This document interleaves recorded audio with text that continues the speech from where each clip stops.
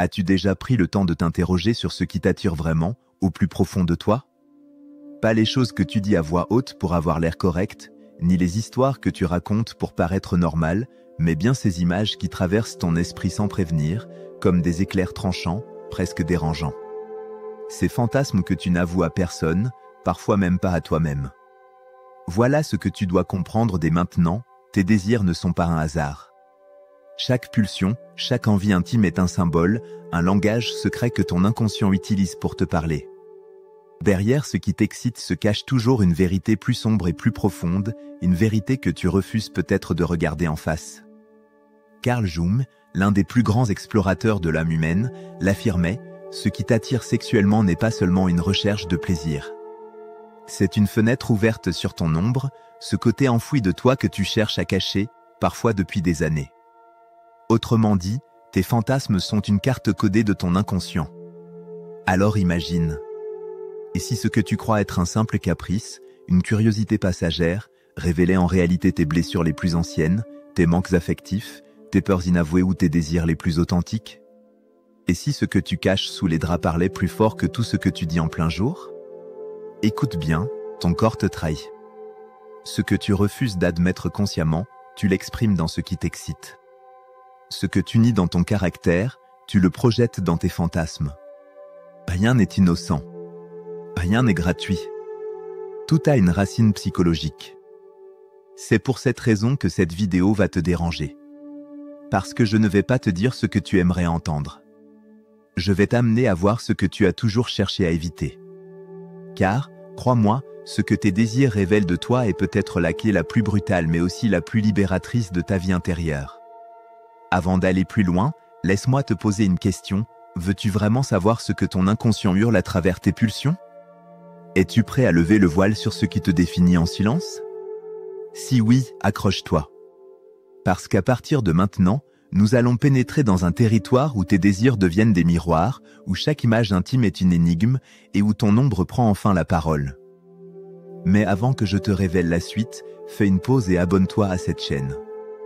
Parce que ce que tu vas découvrir ici ne ressemble à rien de ce que tu entends ailleurs. Nous allons explorer ensemble les vérités cachées de l'esprit humain, et crois-moi, les prochaines vidéos iront encore plus loin, encore plus profondément. Carl Jung affirmait une chose troublante. Le désir sexuel n'est pas seulement une quête de plaisir charnel. Il est, en réalité, une projection directe de ton inconscient. Ce qui t'anime, ce qui réveille en toi cette étincelle intime, ne surgit jamais par accident. C'est le reflet de ton ombre, ce territoire invisible de ta psyché que tu caches aux autres, et parfois même à toi-même. Prenons un exemple simple. Quand une personne ressent une attirance intense pour l'interdit, ce qui est défendu, tabou, dangereux, ce n'est pas seulement de la rébellion ou de la curiosité. En langage jungien, cela traduit souvent un inconscient enfermé dans des structures rigides, des règles, des restrictions, des murs invisibles qui oppressent depuis des années. Dans ce cas, le désir devient une soupape de sécurité, le seul espace où cette personne ose enfin être libre. L'interdit n'est pas un caprice, il est une revanche contre la cage intérieure. Et cela ne s'arrête pas là. Celui qui cherche à contrôler absolument dans l'intimité ne le fait pas toujours par goût du pouvoir. Derrière ce besoin de dominer, il y a souvent une vie quotidienne où il se sent impuissant, vulnérable, incapable de maîtriser quoi que ce soit. Alors, dans le lit, il recrée un théâtre. Une scène où, enfin, il tient les rênes. Ce n'est pas du désir pur, c'est une compensation psychologique. À l'inverse, celui qui fantasme sur la soumission, sur l'abandon total, n'est pas forcément faible. Bien au contraire. Il s'agit souvent de personnes qui, dans leur vie de tous les jours, portent un poids immense, responsabilité, décision, rigueur constante. Ces personnes sont des piliers, mais sous la surface, elles étouffent. Leur corps, dans l'intimité, demande grâce. Il implore le droit de ne plus tenir le monde sur leurs épaules. Dans le plaisir de céder le contrôle, elles trouvent enfin du repos. Et c'est là que ça devient dérangeant, ton corps trahit ce que ton esprit cache. Tout ce que tu réprimes dans la lumière de la conscience se manifeste dans les ténèbres de tes fantasmes. Tout ce que tu nies dans ton caractère se glisse dans ce qui t'attire en secret. Tes désirs sont des symboles. Tes pulsions sont des codes. Alors demande-toi, et si ton intimité était une énigme à déchiffrer? Et si chaque image qui surgit dans ton esprit, chaque scénario que tu inventes en silence, n'était pas un hasard mais un message crypté de ton inconscient? Jung l'avait bien compris, la sexualité est un langage métaphorique. Elle ne se limite pas à la recherche d'extase. Elle exprime des blessures, des peurs, des vides affectifs, des besoins inassouvis. Derrière chaque préférence se cache une racine psychologique. Derrière chaque envie se cache une vérité enfouie. Et si tu avais le courage d'écouter ce langage au lieu de le fuir, tu découvrirais des parties de toi-même que tu n'aurais jamais osé affronter. Parce que ce que tu désires dans l'ombre est peut-être le reflet exact de ce que tu nies en pleine lumière. Alors souviens-toi de ceci, il n'existe pas de désir innocent. Chaque pulsion, chaque fantasme, aussi étrange ou dérangeant soit-il, est une clé. Une porte vers une vérité plus vaste. Et la question est simple, oses-tu tourner la clé? Imagine un instant, tu crois que tes désirs les plus étranges ne sont que des jeux, des distractions sans importance. Mais en réalité, ils sont les reflets les plus bruts de ton monde intérieur. Jung insistait, ce que tu refuses de regarder en face, ton corps l'exprime malgré toi. Prenons l'exemple de ceux qui sont obsédés par l'interdit. Ils ne se contentent pas d'un plaisir charnel, ils cherchent l'ivresse du tabou, l'adrénaline de ce qui ne devrait pas être franchi. Pourquoi? Parce que leur inconscient est saturé de répression. Plus la morale est forte, plus la pulsion vers la transgression grandit. L'interdit devient une promesse de liberté, une fuite vers ce que la vie consciente refuse d'accorder.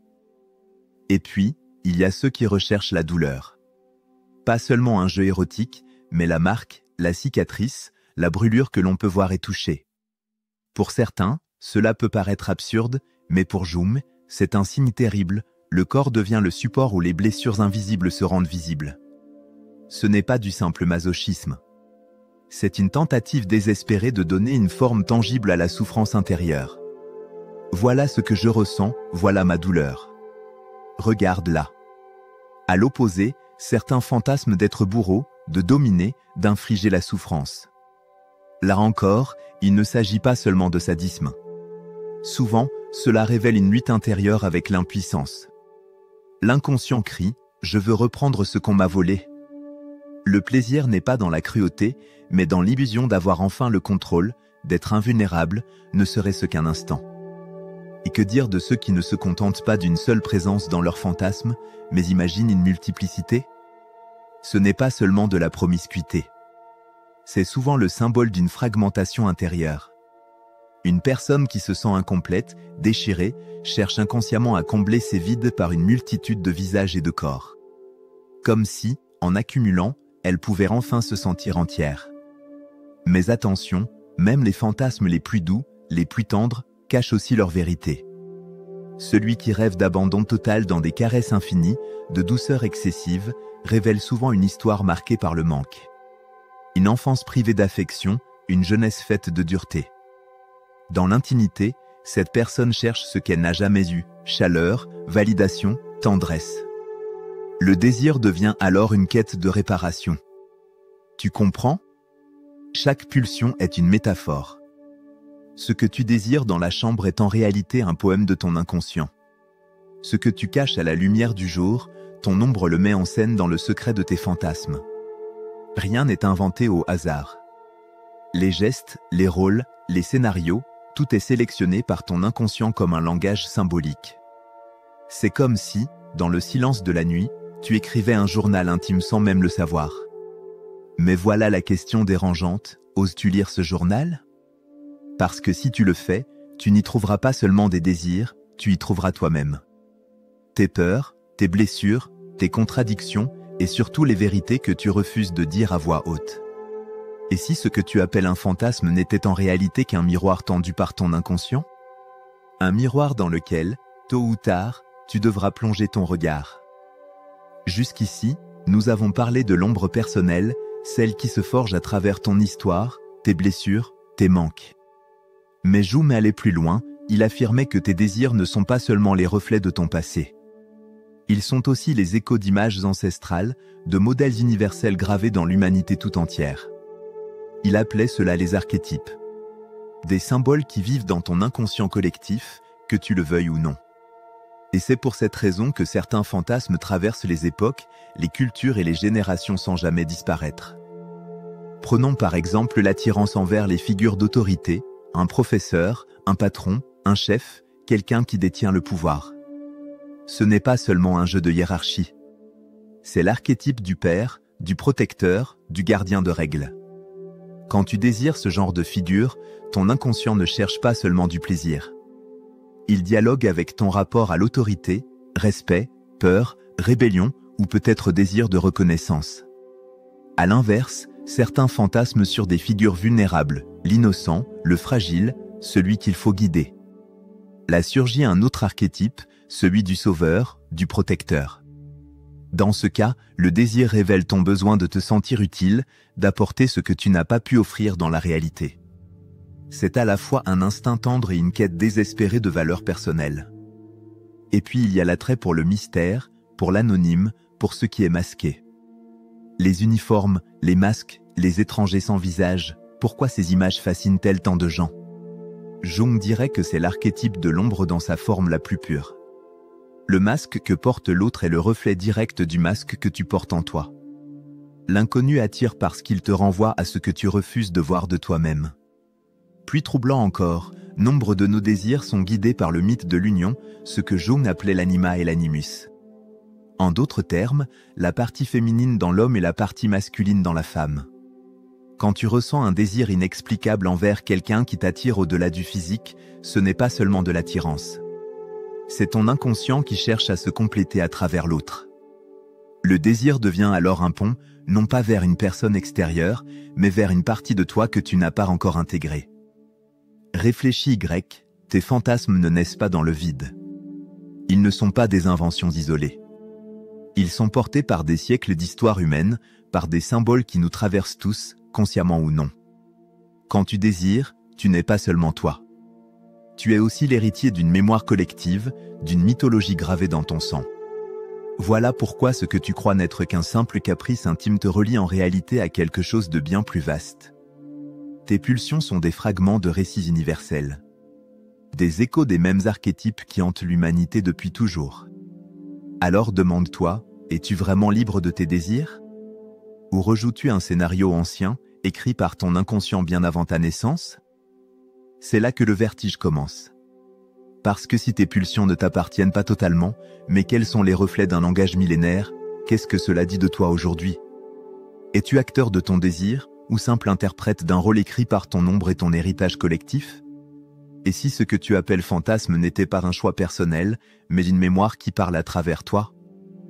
Jusqu'à présent, nous avons vu que le désir parle de ton passé et reflète ton inconscient. Mais Jung allait encore plus loin. Il affirmait que les pulsions intimes n'étaient pas seulement des souvenirs ou des cicatrices, elles pouvaient aussi être des signaux de ton futur psychique. Étrange, n'est-ce pas? Et si ce que tu fantasmes aujourd'hui n'était pas seulement une échappatoire, mais un message codé de ce que tu es en train de devenir? Jung appelait cela la fonction prospective de l'inconscient. Autrement dit, ton esprit secret n'est pas seulement une archive, il est aussi une boussole. Il presse les changements qui s'annoncent dans ta vie intérieure et les exprime à travers tes désirs. Prenons un exemple. Quelqu'un qui rêve sans cesse d'être observé, d'être au centre de la scène dans l'intimité. Ce n'est pas qu'un simple jeu d'exhibition. C'est un avertissement, dans sa vie extérieure, une part de lui réclame d'être vue, reconnue, sortie de l'ombre. L'inconscient envoie le signal avant que la frustration n'explose au grand jour. À l'inverse, une personne qui fantasme sur la disparition, sur le fait de se cacher, de disparaître dans l'ombre, n'exprime pas seulement une peur intime. Cela peut être le reflet d'un avenir où elle risque d'être trop exposée, trop mise en lumière, jusqu'à l'étouffement. Son inconscient cherche alors un refuge, un espace où le silence et l'invisibilité deviennent vitaux. Voilà pourquoi on dit que le désir agit comme une boussole. Il ne ment jamais. Pendant que ton esprit conscient s'invente des excuses, se justifie avec des règles et des morales, ton inconscient trace déjà la carte de ton devenir. Tes fantasmes sont les pièces manquantes entre la personne que tu es aujourd'hui et celle que tu pourrais être demain, si tu oses les affronter. Et c'est là que réside le vrai vertige, le fantasme que tu caches avec honte pourrait bien être l'indice de ton évolution la plus profonde. Ce qui te dérange aujourd'hui, ce qui te fait rougir ou détourner le regard, pourrait être la clé qui ouvrira la prochaine étape de ta vie psychique. Imagine, ton désir n'est pas seulement un miroir du passé, il est aussi un phare. Il éclaire non seulement ce que tu as fui, mais aussi ce que tu dois encore intégrer. Alors, pose-toi cette question troublante, et si ce que tu refuses d'avouer était justement ce que tu es destiné à devenir? Et si ce qui te brûle en secret aujourd'hui était l'annonce de la personne que tu pourrais être demain? C'est là la brutalité de la théorie jungienne, ton désir ne t'attache pas au passé, il te projette dans l'avenir. Et plus tu refuses de l'entendre, plus tu retardes ta propre transformation. Jung le répétait sans cesse, affronter son ombre est douloureux, mais nécessaire. Et dans le domaine de la sexualité, cette vérité prend une dimension encore plus brutale. Parce que tes fantasmes ne sont pas seulement des plaisirs coupables, ils sont aussi des guides thérapeutiques déguisés. Pense Y. Chaque fois que tu ignores tes pulsions, que tu refuses de les regarder, elles ne disparaissent pas. Au contraire, elles s'enracinent plus profondément, elles fermentent dans le silence, jusqu'à se transformer en monstres. Ces désirs refoulés deviennent des obsessions cachées, des forces incontrôlables qui te gouvernent sans que tu t'en rendes compte. Mais lorsque tu oses les affronter, tout change. Quand tu comprends que tes fantasmes sont des symboles et non des fautes, tu ouvres une nouvelle voie, celle de l'intégration. Ton désir cesse d'être une menace, il devient un professeur. Il t'enseigne ce que ton inconscient tente désespérément de te dire. Alors demande-toi, combien de fois as-tu ressenti de la honte pour une image qui traversait ton esprit? Combien de fois as-tu jugé ton propre désir comme une faiblesse, un péché, un poison? Pourtant, ce que tu aurais dû ressentir, ce n'est pas de la culpabilité, mais de la curiosité. Parce que derrière chaque pulsion se cache un message. Derrière chaque envie, une clé. Voilà le paradoxe, le désir qui te fait peur est souvent celui qui pourrait te libérer. Il n'est pas ton ennemi. Il est ta boussole. Et plus tu cherches à le museler, plus il frappe fort. À l'inverse, quand tu l'écoutes, quand tu le déchiffres, il peut devenir le chemin le plus direct vers la connaissance de toi-même. Imagine ton inconscient comme une pièce verrouillée. À l'intérieur se trouvent toutes tes contradictions, tes blessures, tes manques.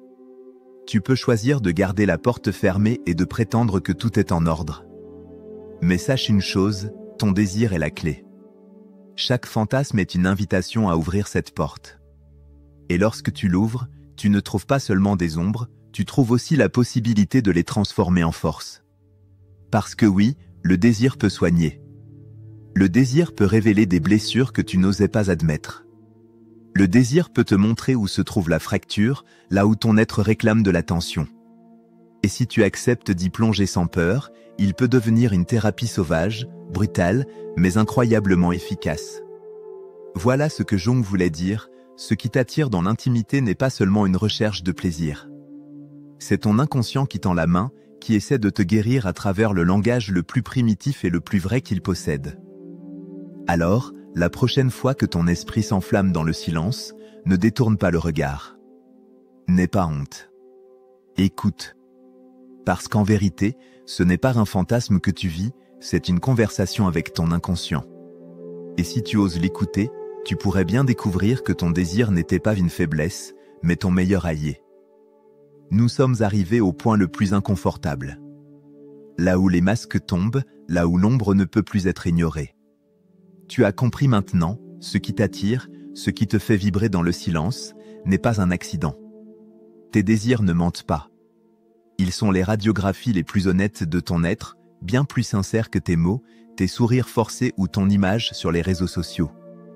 Tu peux mentir au monde entier, tu peux même tenter de te mentir à toi-même. Mais au moment où tu fermes les yeux et que l'image revient, ton inconscient te déshabille. Il te dit la vérité, même quand tu refuses de l'entendre.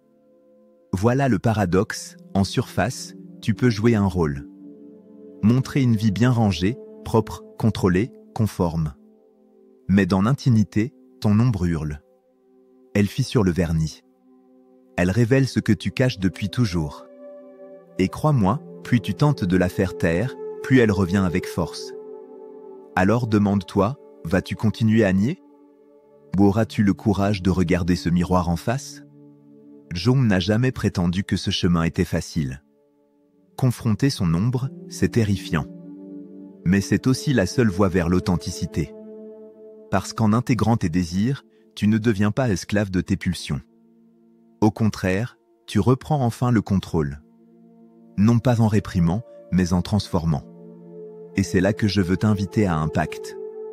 Si tu es arrivé jusque-là, c'est que quelque chose en toi veut la vérité. Alors écris en commentaire « Mon désir est ma vérité ». Ce sera notre code secret. Un aveu que tu n'as pas peur de regarder ton inconscient dans les yeux. Peu oseront le faire.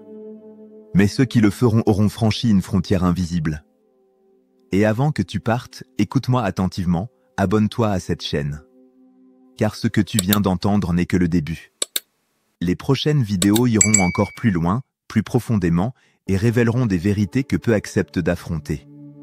Si tu as trouvé le courage d'écouter jusqu'ici, alors tu fais partie de ceux qui veulent voir au-delà des apparences. Rejoins-nous. Clique maintenant, abonne-toi, et continue ce voyage avec nous. Souviens-toi, ton désir n'est pas un ennemi. Il est la clé. Une clé qui ouvre la cellule où tu étais enfermé depuis toujours. Et une fois que tu l'utilises, une fois que tu regardes ton ombre dans les yeux, il n'y a plus de retour possible. Ferme les yeux une seconde. Respire. Et accepte ceci, ce que tu caches est en réalité ce qui peut te libérer. À partir d'aujourd'hui, tu n'es plus seulement celui qui subit ses pulsions. Tu es celui qui ose les décoder, les transformer et les intégrer. Tu n'es plus un prisonnier. Tu es le gardien de ta propre vérité. Alors, es-tu prêt? Parce que désormais, rien ne sera plus jamais comme avant.